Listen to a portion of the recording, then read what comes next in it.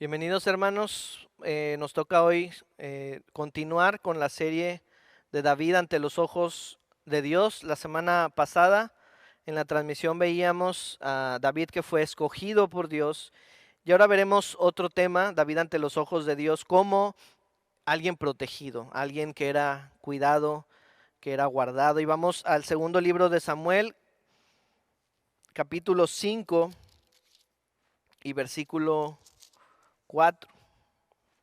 Segundo libro de Samuel 5 y 4 y lo leo. Y dice así: era David de 30 años cuando comenzó a reinar y reinó 40 años. En Hebrón reinó sobre Judá 7 años y 6 meses y en Jerusalén reinó 33 años sobre todo Israel y Judá.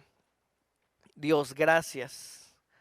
Gracias porque tú tienes cuidado de nosotros. Te pido que la palabra que vamos a estudiar el día de hoy nos hable, que tu palabra nos sostenga y que tu palabra nos aliente y nos recuerde siempre que tú estás con nosotros. Te doy a ti la gloria y te doy la honra porque tú eres digno siempre. En el nombre de Jesús. Amén. Amén. Ahora vamos a ver otra etapa de David una vez que vence al gigante. Sí, ya no vamos a hablar tanto del David que es menospreciado. ¿Por qué? Porque ahora la vida de David ahora sí da un giro interesante.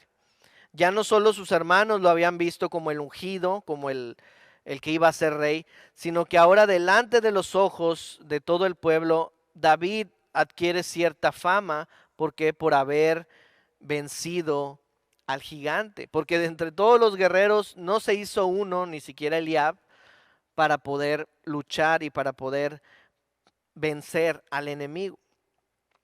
Pero esto le acarrea a David enemistades. Y una enemistad muy, muy poderosa. Así que esta parte la iniciamos con David, el enemigo. David se convierte en enemigo de otra persona.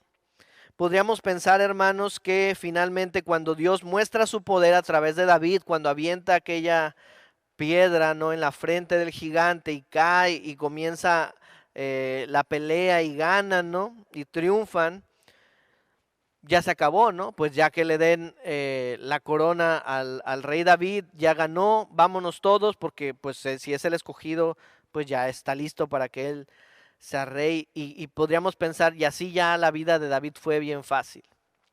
Pero no es así. David tiene una promesa de Dios. Él es el elegido. Él será el rey de Israel. Pero aún no. Es como hay personas que hablan de nosotros como cristianos, pastores, ¿no?, que dicen, somos de los que sí, pero aún no, ¿no? Ya estamos salvos, pero aún no estamos en el cielo. Sí, ya fuimos comprados, pero aún no estamos en la eternidad. Entonces sí, pero aún no. Entonces David estaba en esa situación. Sí, sí, tú eres el elegido, sí, tú vas a ser rey, pero aún no, todavía no. Dios va a comenzar un largo proceso en la vida de David. David se va a convertir ahora en un perseguido. Ya no un menospreciado, sino ahora un perseguido. La buena relación con Saúl no duró mucho tiempo. De hecho es interesante, hermanos, si usted lee en orden estos capítulos, estos pocos capítulos, lo invito a que si usted anda por ahí los pueda leer. Saúl ya conocía a David mucho tiempo antes de la batalla con Goliat y no se acordaba de él, hablando de menosprecio, ¿no? Hablando de que David era una persona de la que la gente se podía olvidar fácilmente, ¿no? David tocaba el arpa para Saúl y cantaba para tratar de calmarlo. Y después cuando David se presenta ante él y vence al gigante, usted lo puede leer más atrás, Saúl dice, ¿y él quién es? Como si no lo conociera. Y le dicen, pues es David, el hijo de Isaí. Y él, hagan de cuenta que Saúl nunca había visto a David en su vida. Pero después de la batalla, nunca más se le olvidó David. Nunca más. Primer libro de Samuel 18, versículo 6 dice así. Ahí vamos a ir avanzando de aquí hasta que prácticamente termina el libro. Y dice, aconteció que cuando volvían ellos, cuando David volvió de matar al filisteo, Salieron todas las mujeres de las ciudades de Israel cantando y danzando para recibir al rey Saúl, con pandero, con cánticos de alegría y con instrumentos de música. Y cantaban las mujeres que danzaban y decían ese famoso canto que yo creo muchos cristianos se saben. Saúl hirió a sus miles y David a sus 10,000. Y el versículo 8 nos deja ver quién se convierte en el enemigo de David. Dice, y se enojó Saúl en gran manera y le desagradó este dicho y dijo, a David dieron 10,000 y a mí 1,000. No le falta más que el reino. Y desde aquel día Saúl no miró con buenos ojos a David. Lo que sí quedó claro es que ya no se le olvidó quién era David. Agradecido Saúl al principio por la victoria del pueblo a través de David, muy pronto le empieza a incomodar y le empieza a molestar la persona de David. Al principio fue solo una canción, pero la envidia en el corazón de Saúl estaba presente. Ahora, la molestia no era algo simple. Saúl ya tenía problemas espirituales. Recuerden que él había sido desechado por Dios. Ya esto ya había pasado, ¿no? Y él lo sabía. Saúl sabía que él había sido desechado por su desobediencia. Y ahora David solo incrementaba la molestia en él. Ahora David no le estaba haciendo nada.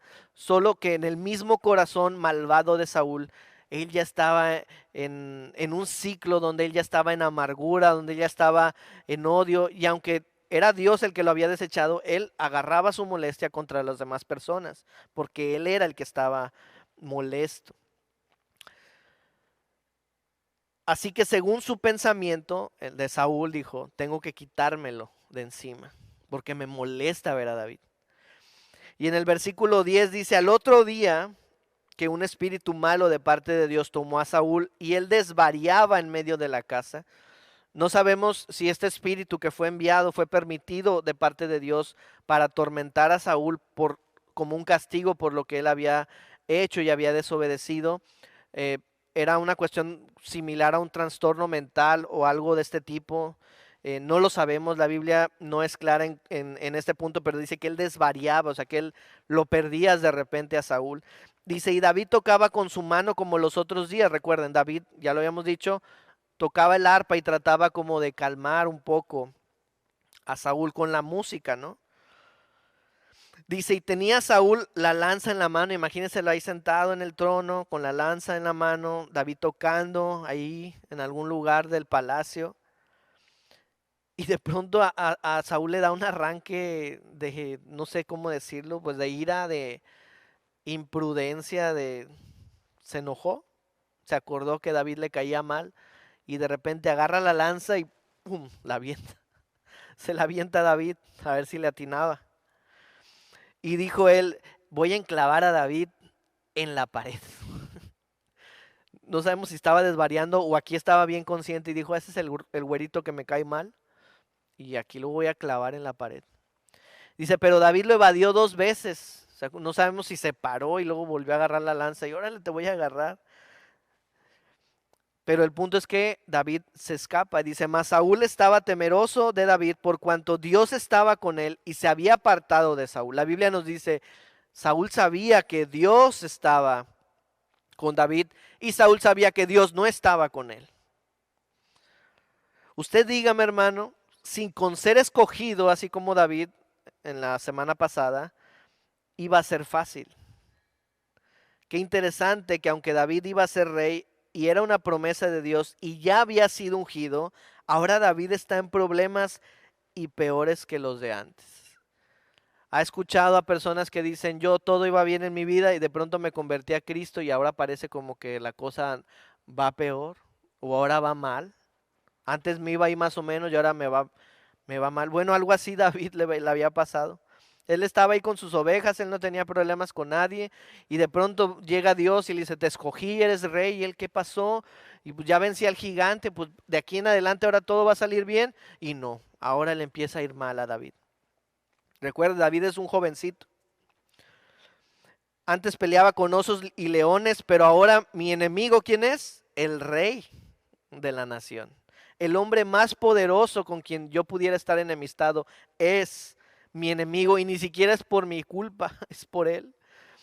Y además este rey está mal espiritual y mentalmente. David es el enemigo de la persona más poderosa. No creo que nadie quisiéramos este lugar en nuestra vida, ¿no? Dice, ¿qué había hecho David? Pues darle la victoria. Eso, ¿cuál era lo malo que había hecho David? Vencer al gigante, tocar el arpa para calmar su estado espiritual. ¿Y qué es lo que recibe a cambio? Odio. Pero en medio de esta situación sabe que podía saber con toda seguridad David que Dios estaba con él. En el versículo 14 dice, y David se conducía prudentemente en todos sus asuntos y Jehová estaba con él. Dios estaba con él cuando las lanzas se las arrojó Saúl. Dios estaba ahí. Dios estaba con él. David no era del agrado de Saúl, pero Dios estaba con él y podía estar confiado. Lo querían matar, pero Dios estaba con él. Sin duda Dios lo libró de la muerte porque él tenía una promesa para David. Hermanos, puede ser que no nos esté yendo bien. Puede que seamos atacados por el enemigo, pero confíe, si usted ama a Dios, Él está con usted. Y cuando digo que Él está con usted, no es que ahora todo va a salir bien, sino que como David, aunque las cosas estén yendo mal, Dios está con Él, como lo ha estado contigo y conmigo. ¿Recuerda el Salmo 23, por cierto, escrito por David? En el valle de sombra de muerte, ahí va a estar Dios con nosotros.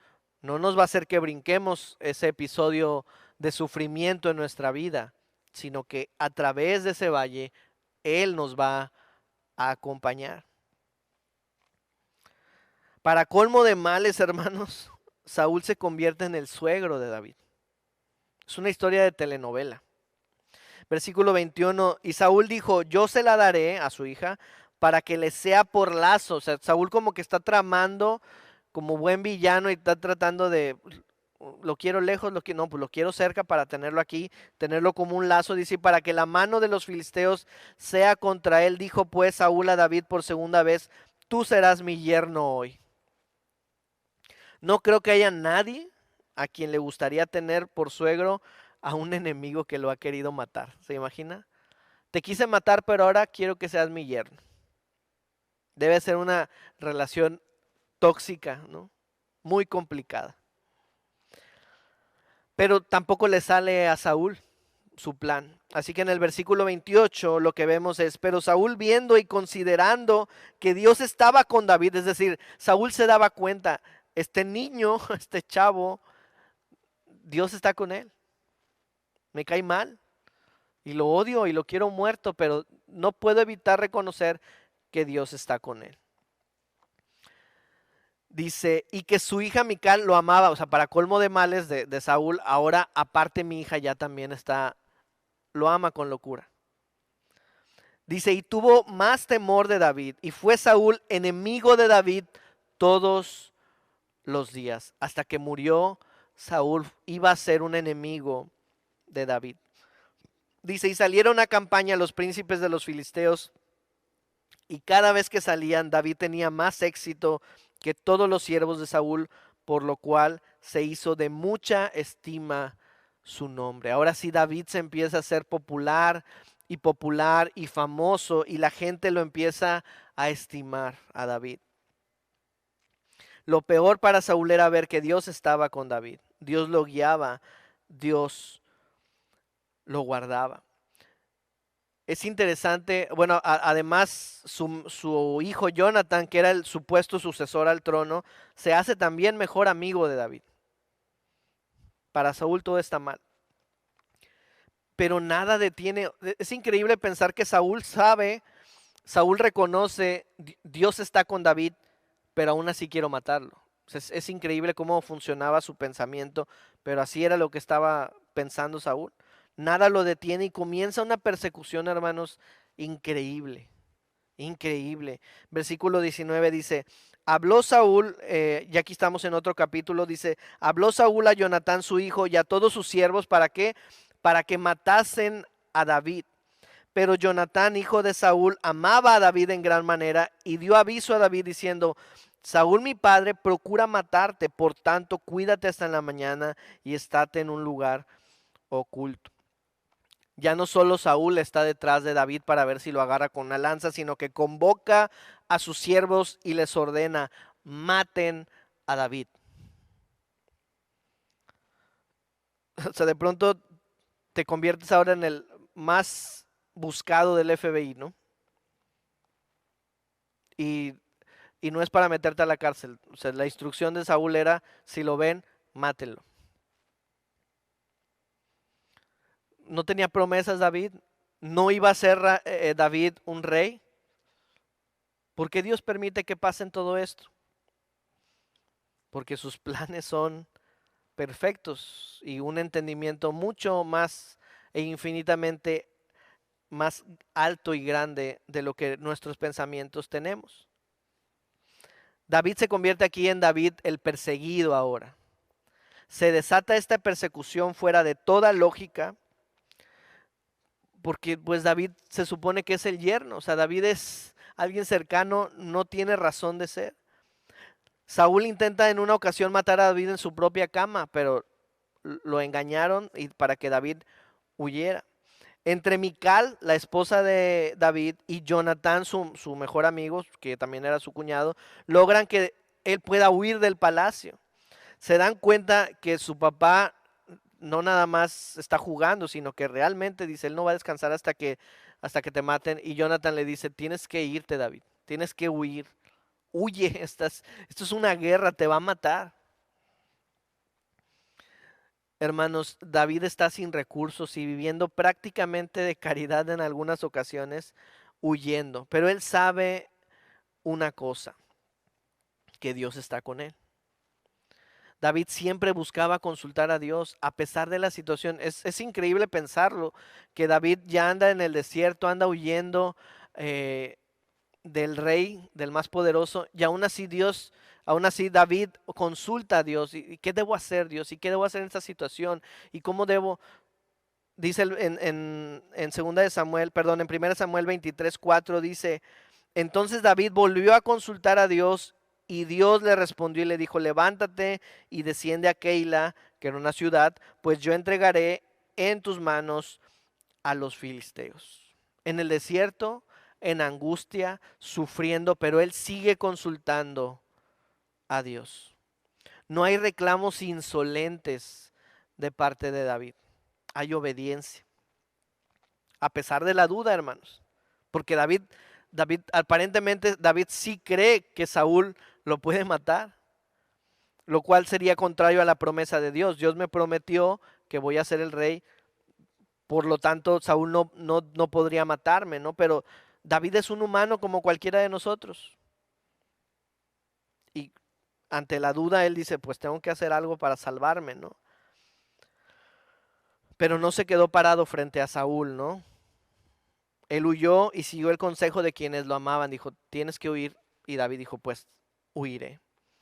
Por los salmos, hermanos, que varios de los salmos, la mayoría de los salmos fueron escritos por David, sabemos que él seguía confiando en Dios y esto era adoración. El Salmo 142, que es un salmo que se cree que fue escrito en una cueva cuando David estaba huyendo de Saúl, dice lo siguiente: clamo al Señor con mi voz suplico al Señor, delante de él expongo mi queja. En su presencia, dice, manifiesto mi angustia. Ese es David en el desierto, sabiéndose escogido por Dios, pero al mismo tiempo sufriendo y siendo perseguido. Dice: hay una angustia en mí, dice David. Dice: cuando mi espíritu desmayaba dentro de mí, tú conociste mi senda. En la senda en que camino me han tendido una trampa. O sea, David está diciendo: ¿por qué me está pasando esto? Me tienden una trampa. Mira a la derecha y ve, porque no hay quien me tome en cuenta. No hay refugio para mí. No hay quien cuide de mi alma. David de pronto empieza a decir como si estuviera desprotegido. No hay quien me cuide. Ando huyendo en el desierto. Y que dice: a ti he clamado, Señor. Y dije: Se da cuenta cómo David dice primero, no hay refugio para mí, pero luego dice, tú eres mi refugio, mi porción en la tierra de los vivientes, como su sustento. Atiende a mi clamor, porque estoy muy abatido. Líbrame de los que me persiguen, porque son más fuertes que yo. Escuche esto, ¿cómo dice David? Porque son más fuertes que yo. Saca mi alma de la prisión, para que yo dé gracias a tu nombre. Los justos me rodearán, porque tú me colmarás de bendiciones. ¿Se da cuenta cómo no hay autosuficiencia en David? Hay una dependencia y confianza y dice, Dios, ellos son más fuertes que yo. Yo no puedo. Es lo que está diciendo David. Yo no puedo, Señor. Yo no puedo. David no se hace el que se la sabe de todas, no. Él reconoce su condición. Yo no puedo. Yo soy débil. No puedo en mis fuerzas. Dios, te necesito. De igual forma buscaba consultar a Dios para saber qué hacer. Pero mientras lo hacía, él seguía cantando y adorando y diciendo, Dios, esta situación es más fuerte que yo. Pero tú eres mi refugio. Tú eres mi refugio. Saca mi alma de esta prisión y yo te voy a dar gracias, Señor. Siendo perseguido y probablemente en una de las etapas más difíciles de su vida, porque hubo otras, él confiaba en Dios. Él confiaba en que Dios lo protegía. Pero normalmente, hermanos, nosotros pensamos que Dios nos protege en un sentido simplemente físico. Si estoy sano, Dios me protegió.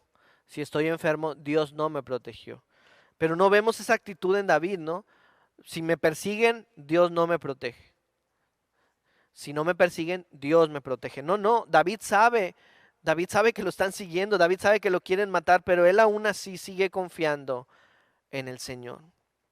¿Por qué? Porque además él tiene una promesa en esta vida, ¿no? Que él iba a ser el rey. Tú y yo también tenemos una promesa, llegaremos a los cielos y confiamos en Cristo. Y Él no va a romper esa promesa si nosotros confiamos de todo corazón en Él. Pase lo que pase, seamos perseguidos, pasemos por necesidad, pasemos por dificultad, llegaremos ante su presencia en la eternidad. ¿Se da cuenta de la grandeza de Dios? Es evidente que para Dios era muy sencillo evitar que Saúl ejecutara sus planes. Él ahí lo acababa ya, no quiero que persigas a David y se acabó.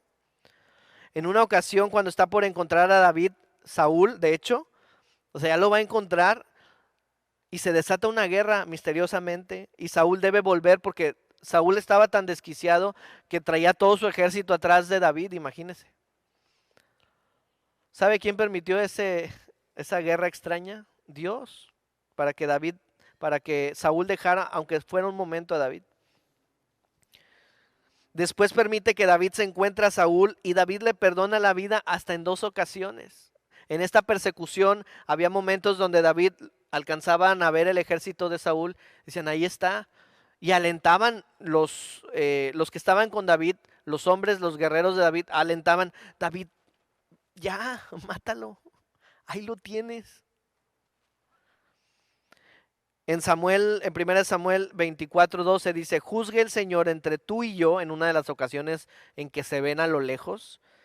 Y dice, y véngueme de ti el Señor, pero mi mano no será contra ti. David no quiere matar a Saúl.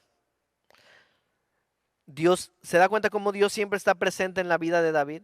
Tú me persigues y me haces mal, pero yo no te juzgaré, yo no cobraré venganza. Eso lo va a hacer Dios, Él va a juzgar. En Samuel ahí 26, versículo 23 se repite lo mismo. En otra ocasión le dice, y Dios pague a cada uno su justicia y su lealtad, pues Jehová te había entregado hoy en mi mano, mas yo no quise extender mi mano contra el ungido del Señor. O sea, David dice, bien o mal, pero tú fuiste escogido, tú eres el rey y yo no te voy a matar. El primer libro de Samuel termina, hermanos, y nos dice que David huyó con los filisteos porque David dijo, de verdad Saúl no se cansa y me va a matar. Así que se pasa a territorio enemigo y David vive ahí durante un tiempo. David esperó y confió en el cuidado de Dios, no de manera perfecta, porque obviamente David es un ser humano que peca, pero era alguien que pecaba contra Dios y contra las personas, pero de forma general vemos que él tenía una relación con Dios y una confianza plena en él. De tal forma que llegamos hasta el segundo libro de Samuel, capítulo 5, versículo 4, que es con lo que estoy terminando y con lo que inició la predicación, donde nos dice, era David de 30 años cuando comenzó a reinar y reinó 40 años. En Hebrón reinó sobre Judá 7 años y 6 meses, y en Jerusalén reinó 33 años sobre todo Israel y Judá. Leemos que David finalmente toma posesión de Israel en conjunto, imaginando los cálculos. Habrán pasado, hermanos, más o menos unos 15 años siendo perseguido por Saúl, hasta que finalmente se convierte en rey. 15 años, estoy dando un número por tener una referencia de pruebas. 15 años de confiar en el cuidado de Dios, en su protección. 15 años quizás de angustia.